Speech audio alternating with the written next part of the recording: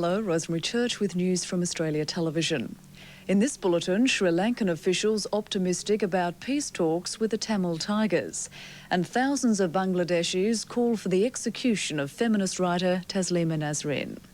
But first, Vietnam says more than 1 million people have been affected by flooding in the Mekong Delta, with official figures showing many of the 180 people killed were children. As Australia Television's Christopher Kremer reports, is expected to be several weeks before the floodwaters subside. Vietnam's Rice Bowl is now awash. In provinces bordering Cambodia, the Mekong River has become a vast lake, inundating almost 250,000 dwellings. The people of the Delta are struggling to make do. Some are living in partially flooded houses, others have already been in temporary shelters for almost a month. The biggest victims have been children. 154 of the 180 dead were youngsters who couldn't swim. The motorboat is now the main form of transport in border provinces like Dong Thap, and aid is beginning to trickle in. Business people from Ho Chi Minh City are among many community groups who've banded together to make private donations to the flood appeal. The Delta, for so long the main contributor to Vietnam's economy, now needs aid. Rice exports have been temporarily halted until the impact of the floods on food stocks is known. Officials have expressed concern that the annual inundations which replenish the Delta have in recent years become more devastating. The severe disruption caused by these floods, the worst in 30 years, is likely to persist for several weeks more. Many families have lost their livestock as well as their rice fields. The government is trying to distribute small boats and fishing nets to help those who've lost everything fend for themselves. The official damage estimate is over $100 million, with 50,000 households in need of food relief. Even with its fast-growing economy, that's a bill Vietnam can ill afford. Peace talks between the Sri Lankan government and Tamil Tiger guerrillas have entered a second day as continued fighting left at least 19 people dead. Despite the clashes, government negotiators say they're still very optimistic about the future of the latest attempt to end the long-running civil war. The peace talks began in rebel-held Jaffna amid tight security. Tamil Tigers guarding representatives of the government they've been fighting for more than a decade. It's the first time negotiations to end the war have been held in rebel territory, and the Tamil Tigers were taking no chances. If the talks succeed, the two sides are expected to begin discussions on a ceasefire. But so far they've concentrated on ways to ease the economic problems of the minority Tamils in northern Sri Lanka. We are very confident because, as I said, we discussed the background and the main issues that came up today. We have been able to wipe the distrust of the past entirely. The guerrillas say the talks can only proceed further if there's a ceasefire, but the government is unwilling to call a halt, fearing the Tamil Tigers will use the break to rearm and regroup. Despite the barriers to peace, the talks have been welcomed by ordinary people tired of the fighting on both sides of the conflict. More than 30,000 people have been killed so far in 11 years of brutal civil war. The Bougainville Peace Conference has again been adjourned, with a request that the South Pacific Peacekeeping Force extend its stay on the island. But as Sean Dorney reports, it's not clear what the conference will discuss when it reconvenes in Aroa on Monday. The 3 resolutions passed this afternoon call for peace, continuing meetings between Bougainvillean leaders, and an unspecified extension of the tour of duty of the South Pacific peacekeepers. But the final word to the conference came over the public address system, a recorded two-way radio conversation with the chairman of the Bougainville interim government, Joseph Kaboi, who, in rejecting a plea from women delegates for the rebel leaders to come down from the mountains to talk, demanded a total withdrawal of Papua New Guinea's security forces and a United Nations peacekeeping force, not a regional South Pacific one. Mr Kaboi attacked Papua New Guinea's Prime Minister Sir Julius Chan, claiming any failure of the conference was his fault. The chairman of the conference, Sir George Lepping, adjourned till Monday, saying the Pacific Peacekeeping Force would only be in place for a short time, and he didn't want to lose any opportunity for a settlement that might remain. One of the main leaders of the Muslim separatist rebellion in Kashmir has been released from prison. As Savitri Chowdhury reports, Shabir Ahmad Shah has spent 14 of the last 20 years behind bars, despite advocating non-violent resistance to Indian rule. Supreme Commander of the People's League, 40-year-old Shabir Ahmad Shah is one of Kashmir's most respected and well-loved separatist leaders. Though an advocate of non-violence, Shah has always expressed understanding for the Kashmiri armed struggle and spent half his life in prison for his separatist views. Shah was last arrested almost 5 years ago and kept locked up in the high-security jail in Kashmir's winter capital, Jammu. He's seen as a moderate with considerable clout over Kashmir's various militant organizations and is being considered a man New Delhi can negotiate with to initiate elections in the troubled valley after a gap of over 4 years. In Bangladesh, thousands of Islamic militants have called for the execution of feminist writer Taslima Nasrin in the first protest since she fled the country 2 months ago. The author flew to Sweden after the Bangladeshi High Court granted her bail on a charge of insulting Muslim religious feelings. The protesters marched on Dakar's main government secretariat, demanding the return and execution of the feminist writer. Throughout the protests, the Islamic militants criticised the Bangladeshi government for failing to create a blasphemy law to deal with Taslima Nasrin. She fled the country in August after sparking outrage among fundamentalist Muslims when a newspaper quoted her as saying Islam's holy book, the Quran, should be revised. The writer says she was misquoted but had to flee the country after receiving numerous death threats. Her friends in Dhaka say she has no immediate plans to return.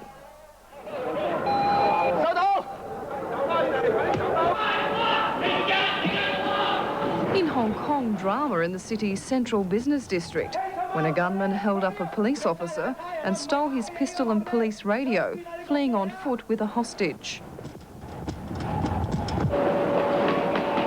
Police chased the 23-year-old man who climbed into a taxi and took another hostage, an 18-year-old woman.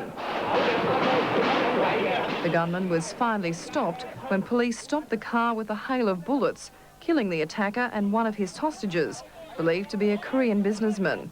Police are continuing their investigations into the incident.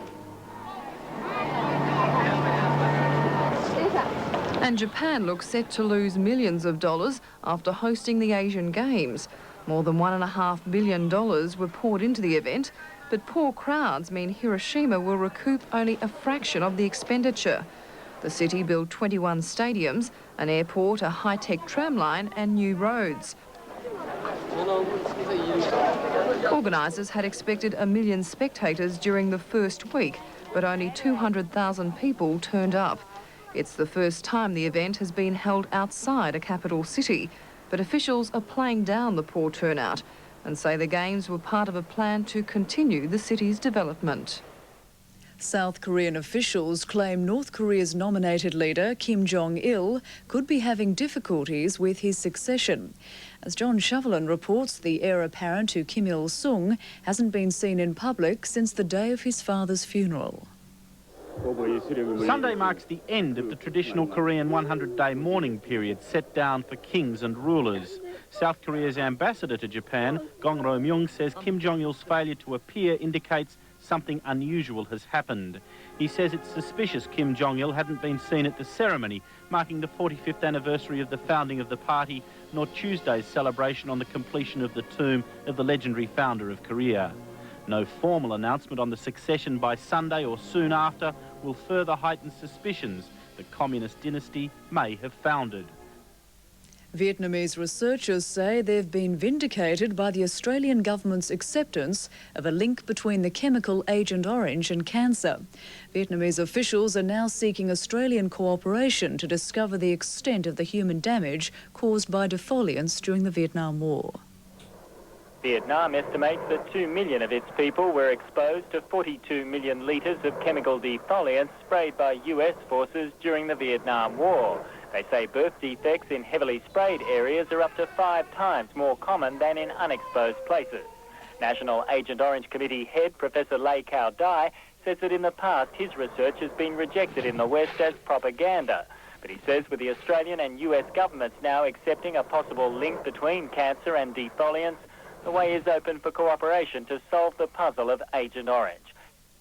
The Nobel Peace Prize has been awarded jointly to the chairman of the PLO, Yasser Arafat, Israeli Prime Minister Yitzhak Rabin and Israeli Foreign Minister Shimon Peres.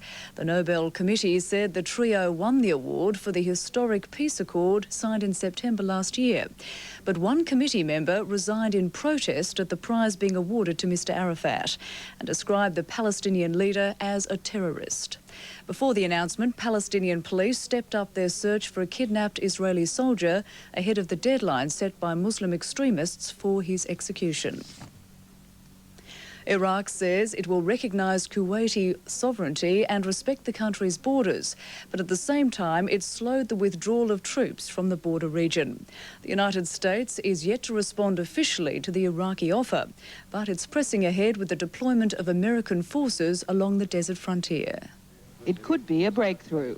After meeting with Russian Foreign Minister Andrei Kozyrev, Saddam Hussein has offered to recognise Kuwait and its borders. In return, Russia wants an end to oil sanctions after a 6-month trial period to monitor Iraq's weapons. It's a plan backed by France and possibly China. I think it's mainly the firm assurances that Russia has given us that if this thing is to happen, that they will work as a major member of the international community, as a permanent member of the Security Council, to try to work on the lifting of the sanctions. Russia's aim, trade deals with Baghdad, and the chance that Iraqi oil sales will help repay old debts to Moscow. This isn't Russia's first visit to Iraq as a peace broker. Its last came before the Gulf War. It failed then and could face an uphill battle this time. The UN Security Council is likely to be divided. The hardliner in support of continued sanctions, the United States. 3,000 of its soldiers already in Kuwait. Its Marines in live exercises displaying their military resolve and Washington's distrust of Saddam Hussein. This landing was symbolic, but its message couldn't have been clearer. The White House says it won't accept a 6-month sanctions deadline, and Iraq must do more than recognise Kuwait. Eliminate weapons of mass destruction, stop human rights abuses, and make war reparations to Kuwait. To our west a little bit more too, okay? That threat, says the United States, may no longer be receding. At least part of Saddam Hussein's army is said to be digging in to positions in southern Iraq. With troops back on alert, the Russian sanctions deal could face even stronger Allied opposition. We regard their positions are too close for comfort. And we would like to see them back where they were before they mobilized their forces. With this exercise, another reminder. If US Marines aren't convincing, their high-tech weaponry will be. With both loyalists and Republicans now committed to ceasefires, there's optimism in Northern Ireland that peace talks could begin before Christmas. But as Neil Ross reports, fears remain of a return to war. These are the peace lines that divide east and west Belfast. On one side live the Catholics, on the other the Protestants. If Northern Ireland is to live peacefully, these walls and the hatreds that built them must come down. The Loyalist decision to match the IRA's ceasefire is a step down that road. It was communicated by men whose faces are largely unknown, but whose deeds are not. One of them, Gusty Spence, was sentenced in the 60s for the murder of a Catholic. In all sincerity, we offer to the loved ones of all innocent victims over the past 25 years abject and true remorse. Words of remorse, but followed by a declaration of victory. We take the opportunity to pay homage to all our fighters, commandos and volunteers who have paid the supreme sacrifice. They did not die in vain. The Union is safe. Safe or not, Sinn Féin has welcomed the announcement. Well, it's a direct result, in my view, of the IRA's courageous decision of the 31st of August. I welcome it. And I think it places the onus even more so upon the British government, the only force now engaged in military operations. There's little doubt this is good news, but there are concerns as well. Both sides still have access to armories of deadly weapons. Both still believe in their different destinies, and neither side is saying the ceasefire is permanent. In Dublin, Irish Prime Minister Reynolds said he thought it was permanent, while in Bournemouth, his British counterpart continued to tread cautiously. Another very important part of the jigsaw has fallen into place. What we now need to do is to absorb what has happened, consider it, and then decide how we move forward. John Major may be right to proceed warily. Communities like Lochen Island are still grieving their dead. 6 died here while watching the World Cup finals, and that was only in June. 3 and a bit months since the last mass murder, the last atrocity.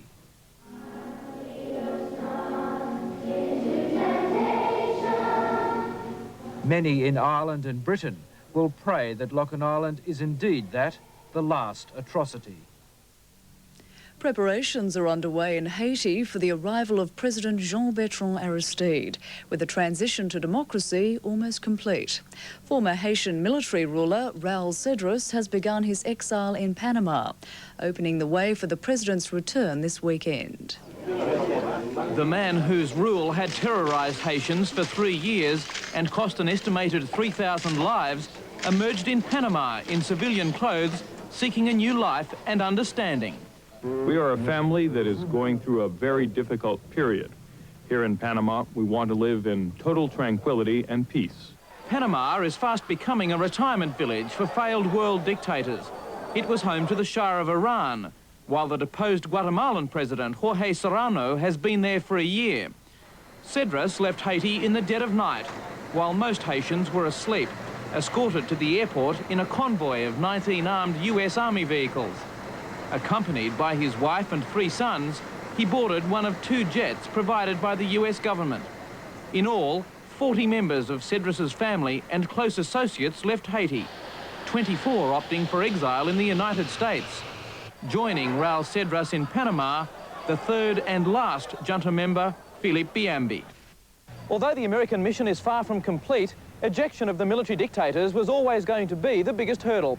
So far, Operation Restore Democracy has been an unmitigated success for the Clinton administration, a fact not lost on the president. And 3 weeks out from midterm congressional elections, he's taking every opportunity to advertise his success. On Saturday, President Aristide will return home to resume his rightful place. Haiti's remarkable journey from fear to freedom continues. Preparations for Aristide's return are well underway. Scores of builders are repairing his old house. The people are hoping he can rebuild the nation in much the same way. Cult leader Luc Jouret, the founder of the Solar Temple cult, has been identified among the dead at a burnt-out Swiss chalet. International warrants had been issued for Jouret's arrest after the discovery of 53 bodies in burnt-out houses in Switzerland and Canada. Dental records were used to identify the cult leader, one of 25 bodies found in the village of Salvan. The body of another senior cult member, Yosef de Membro, was identified several days ago. And emergency teams investigating the crash of an Iranian airliner in central Iran have found the plane's black box flight recorder. 66 people died when the Fokker 28 ploughed into a mountainside 200 kilometres south of Tehran. The aircraft was owned by Asaman, the country's second largest airline. Russia's post-communist crime wave is beginning to have international repercussions. In the United States, Russian gangsters are challenging the mafia's role in organised crime, running a campaign of violence, extortion and murder in an increasing number of American cities. I will do nothing. For the police on the late shift in New York City, this is considered a minor incident, a street corner brawl. They reported 12 guys that had guns. Another brawl, more searching, but Police Sergeant Patrick Igneri says he isn't expecting any real trouble. But later, there is real trouble, and Sergeant Igneri is right in the middle of it. I was kicked by one of the perpetrators. Back us out! Sergeant Igneri and 5 other officers said they were attacked trying to break up a fight at a hangout for Russian immigrants.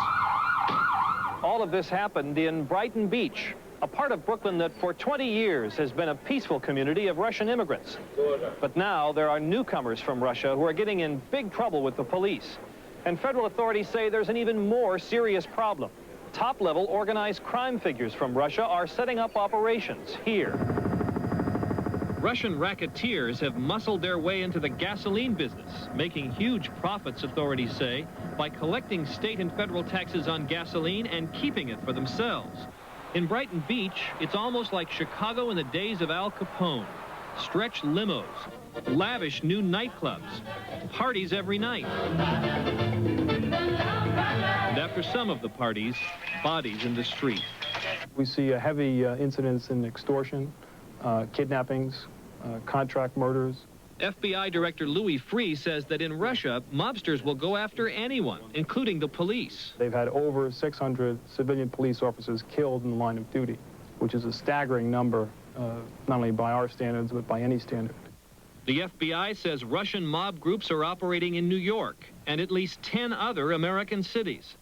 And FBI sources tell NBC News this is the most powerful Russian mob boss in the United States, Vyacheslav Ivankov. To get information on Ivankov and other Russian gangsters, the FBI is advertising in a Russian-language newspaper published in the United States, asking for information on organized crime, murder for hire, drugs, and counterfeiting. Oleg Koratayev, a former Russian boxing champion, was murdered last January in Brighton Beach. Police tell NBC News that at least 18 people saw the killer, but when questioned said they couldn't remember anything about it. One detective says Brighton Beach is now a place where mobsters from Russia can get away with murder. Time now for a look at Friday's finance news. And Tokyo shares dipped in value, the first drop in 5 trading sessions. Stocks in Hong Kong rose slightly in post-holiday trading. While Singapore shares closed higher, the STI adding 19.5 points. A number of overseas factors influenced the Australian market, the All Ordinaries pushing through the 2,000 barrier. The country's dollar slipped against the US currency, and Hong Kong gold and Australian bullion closed the week down. A new Central Australian export could help save endangered bear species in China. Following the visit of a Chinese delegation, the camel industry is confident it can begin supplying a new exotic market within months. They're known as ships of the desert for their ability to walk long distances. But now the very feet that carry the camel are set to become a culinary delicacy on Chinese dinner tables. There's a pad at the bottom of the feet that helps the blood circulate back up the long legs. And it's that pad that accumulates the blood, and then every time the camel puts its foot down, pushes it back up the leg again. And evidently that's the part that they're keen to have. The 200-gram foot pad is the closest the Chinese have found to replace the bear paw. Once considered an exclusive food, but now rare because the bear is protected to save it from extinction. The next challenge for the local camel industry's latest export is to meet the preparation requirements of the Chinese market. We understand that it's got to be chilled and dried, and when it's chilled and dried, then we can send it out. But we still haven't got the proper technique, and that's what we're looking for at the present moment. The Chinese delegation also expressed interest in another byproduct of the camel, the white hump fat, to make soap. I understand that the Muslim community isn't too keen on having the general normal soap because it does contain some pig fat, and of course that's contrary to their religion. The new export opportunity will put to use 2 previously unused byproducts in the growing Central Australian camel industry. Australia's Antarctic program is testing its latest research tool into global warming. A former Navy torpedo designed to measure the thickness of sea ice is being trialled in Tasmania before being used in Antarctica in December. It's the Antarctic program's weapon in the battle to curb global warming, a torpedo equipped with computer and sensors to record information on sea ice thickness. We're looking to see what the effects of potential global warming are on the sea ice distribution around the Antarctic. The torpedo is to travel under the ice, recording the depth of ice formations on a hard disk, which is then transferred to the main computer. But there have been a few modifications after the original disappeared on its first mission into Antarctic waters. We went a little bit under-prepared last time, and that's not going to happen. Extensive tests have been conducted this time around in both very cold and very deep water. Once it's in the Antarctic, the torpedo will travel around 15 metres below the surface of the ice. Ready to roll. Main switch on. The torpedo will be taken to the Antarctic for 2 days later this year, but it will be another year before it's fully operational. At the end of the 1995-96 season, we intend to take the torpedo to a sea ice region and to operate it under sea ice and to do the jobs that it was intended for. The torpedo will be ferried to the Antarctic on board the Aurora Australis in late December. And now for a look at what's making headlines in Saturday's papers. Nikkei reports Japan, the United States and major European countries are debating changes to their tax systems to prevent the flight of capital from their financial markets. And the Canberra Times reports the Australian National Honours System is to be reviewed, following claims the present system fails to recognise women, migrants and the less affluent. Now let's check the weather forecast for Saturday. And storms heading for Singapore, Bangkok and Kuala Lumpur, with temperatures in the low 30s. Jakarta, fine and 33, cloudy and 30 in Manila. Cloudy over Hong Kong, fine for Ho Chi Minh City. In Australia, cloudy for Christmas and the Cocos Islands. Apart from a late storm in Darwin and showers for Hobart, the rest of the country should be fine. Now, recapping the main stories in this bulletin. More than 1 million Vietnamese affected by flooding in the Mekong Delta. Official figures showing many of the 180 people killed were children. Peace talks between the Sri Lankan government and Tamil Tiger guerrillas enter a second day as continued fighting leaves at least 19 people dead. And the Nobel Peace Prize awarded jointly to the chairman of the PLO, Yasser Arafat, Israeli Prime Minister Yitzhak Rabin and Foreign Minister Shimon Peres. And that's the news from Australia Television for the moment. I'm Rosemary Church. Bye for now.